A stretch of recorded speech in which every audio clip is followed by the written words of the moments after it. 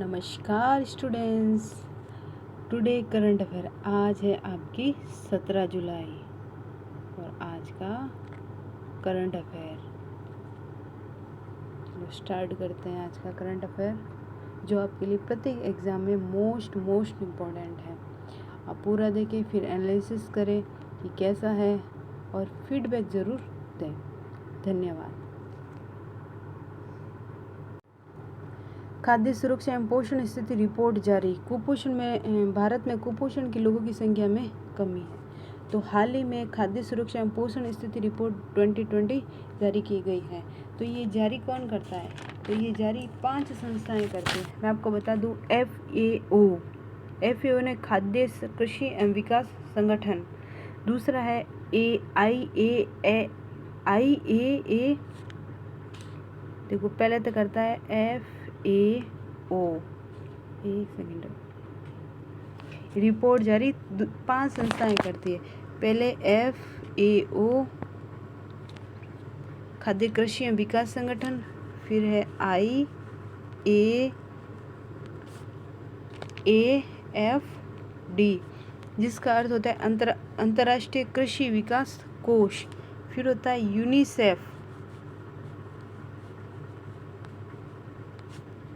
UNICEF जो संयुक्त राष्ट्र बाल कोष। फिर होता है WFP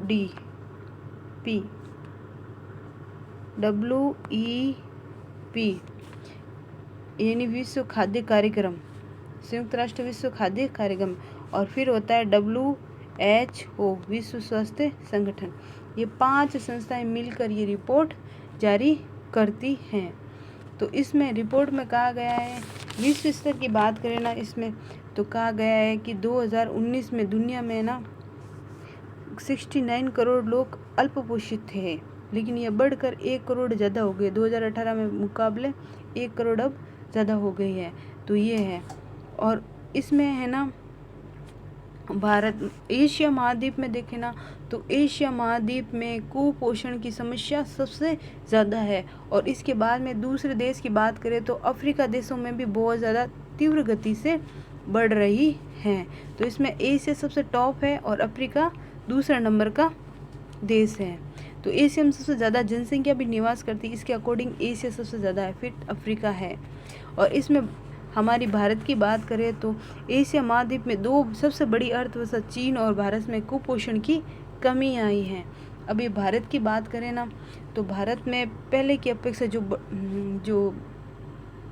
विकास हो रहा है ना, उसमें भारत की कुपोषण में सबसे ज़्यादा कमी आई है। 2 बड़ी अर्थव्यवस्था में भारत में भी कमी आई है।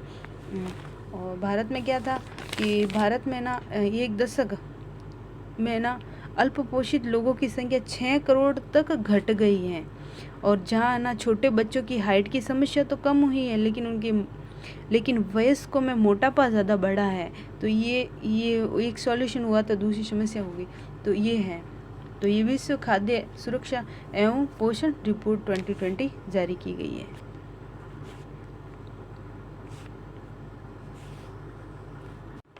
देखिए, टूनीशिया के प्रधानमंत्री इलियास फाकफाक ने इस्तीफा दे दिया है। ये टूनीशिया के प्रधानमंत्री हैं इलियास फाकफाक ने 15 जुलाई को दिया है।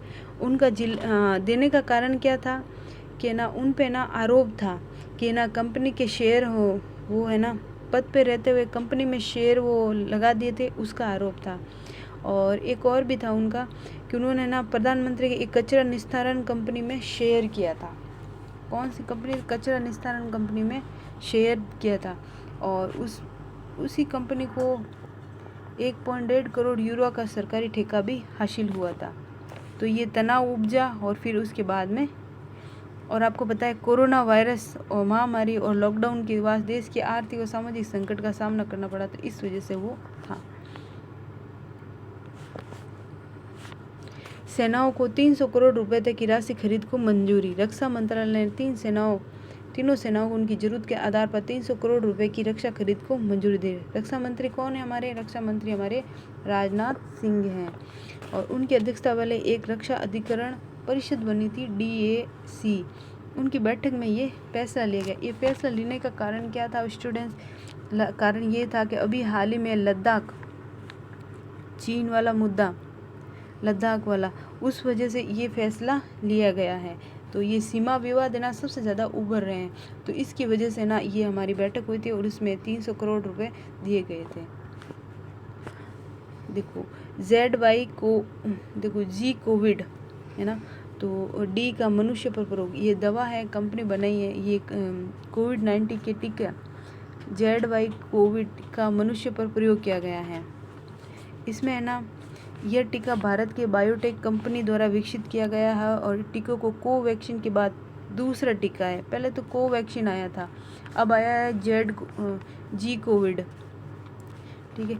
और ये ना जेड कैडिला कंपनी के अहमदाबाद में स्थित वैक्सीन टेक्नोलॉजी सेंटर द्वारा ये टीका डेवलपमेंट किया गया था, तो ये ध्यान रखना है आपको। और वैसे कोरोना एक ऐसी महामारी है, ये ऐसी बीमारी है जो खुद की ही मतलब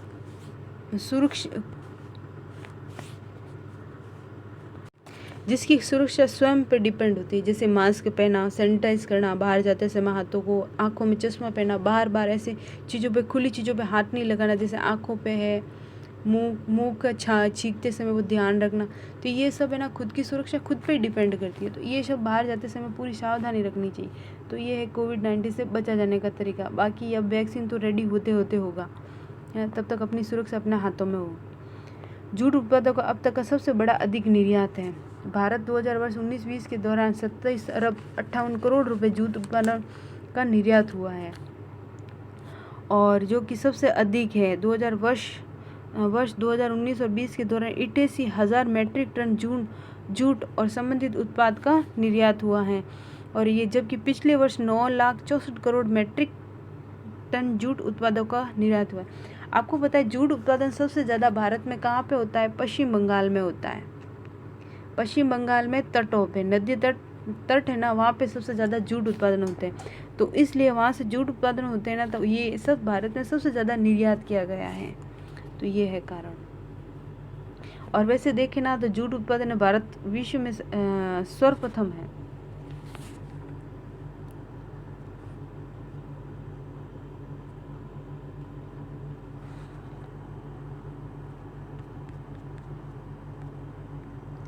देखिए है ना, कल है ना हमने ना यूरोपीय संघ की 5वीं शिखर वार्ता पढ़ी थी, तो उसमें ये पढ़ा था कि 15वीं शिखर वार्ता हुई है, और ये हमारे नरेंद्र मोदी जी ने ये अध्यक्षता की है, सह अध्यक्षता कोऑर्डिनेशन।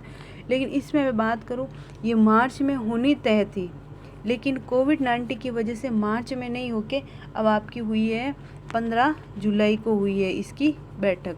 इसकी बैठक में अध्यक्षता किसने की थी? देखो इसकी बैठक में अध्यक्षता है ना उर्सुला वॉन डेर लियोन, देखो उनका नाम देखिए, इस बैठक की अध्यक्षता उर्सुला वॉन लियोन ने की है। उर्सुला वॉन डेर लियोन ने की है इसकी अध्यक्षता। और इसमें यूरोपीय संघ के अध्यक्ष कौन है? तो ये यूरोपीय परिषद के अध्यक्ष चार्ल्स माइकल भी शामिल थे। चार्ल्स माइकल भी वहाँ पे शामिल थे।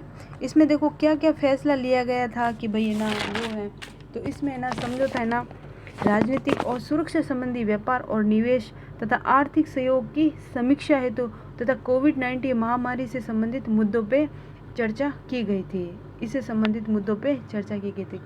और आपको बताया हमारे मोदी जी ने संबोधन किया था कि भारतीय यूरोपीय संघ और साझेदारी के आर्थिक पुनर्निर्माण और मानवता के प्रति वैश्विक निर्माण में महत्वपूर्ण भूमिका निभाएगा। ये उन्होंने नरेंद्र मोदी जी ने बात की थी। और एक उसमें एक उन्होंने ना नवीनीकरण ऊर्जा उपयोग को बढ़ाने के लिए निवेश और प्रौद्योगिकी के लिए उन्हें EU के अध्यक्ष को आमंत्रित भी किया है। हाँ, और इन्होंने और EU के जो अध्यक्ष थे ना उर्सुला वॉन डेर लियन, उन्होंने कहा कि सुरक्षा परिषद में अस्थायी सदस्यों का 2021-22 में भारत के जो अपॉइंट हुए उनकी वो बेसब्री से इंतज़ार कर रहे हैं, उनको बधाई दी थी।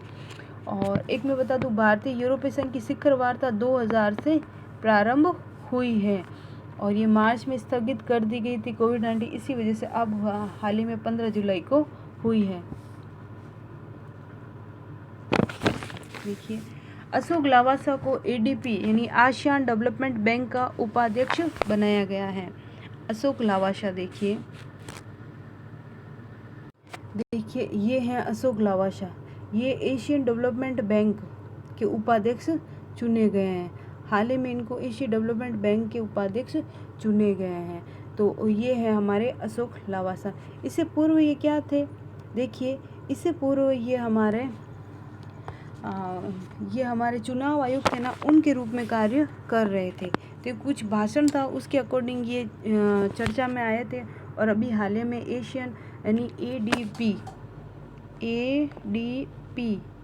एडीपी के उपाध्यक्ष बनाए गए हैं। ये किसकी जगह पे बनाए गए? दिवाकर गुप्ता थे पूर्व में, दिवाकर गुप्ता नाम के हैं, उनकी जगह पे इनको बनाया गया है। तो अशोक लावासा है। और ये है ना, ये एडीबी है ना, एक क्षेत्रीय विकास बैंक है। इसकी स्थापना कब हुई थी? एडीपी की 19 दिसंबर 1966 को इसकी स्थापना हुई थी। और इसका मुख्यालय कहाँ है? इसका मुख्यालय देखिए, इसका मुख्यालय मनीला फिलीपींस में है। मनीला फिलीपींस में इसका मुख्यालय है। और इसका वर्तमान अध्यक्ष कौन है? एडीपी का उपाध्यक्ष तो ये हो गए, वर्तमान अध्यक्ष कौन है? वर्तमान अध्यक्ष है मात्सुको अस्कवा, नाम भी अजीब है, मात्सुको अस्कवा, ये इनके वर्तमान अध्यक्ष हैं।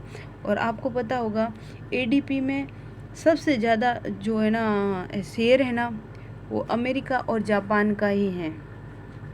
सबसे ज़्यादा शेयर अमेरिका और जापान का है। तो अमेरिका और जापान का होने के कारण इसकी अध्यक्षता हमेशा जापान ही करता है। तो ये है, मतलब वर्तमान में अध्यक्ष इसकी जापान कर रहा है।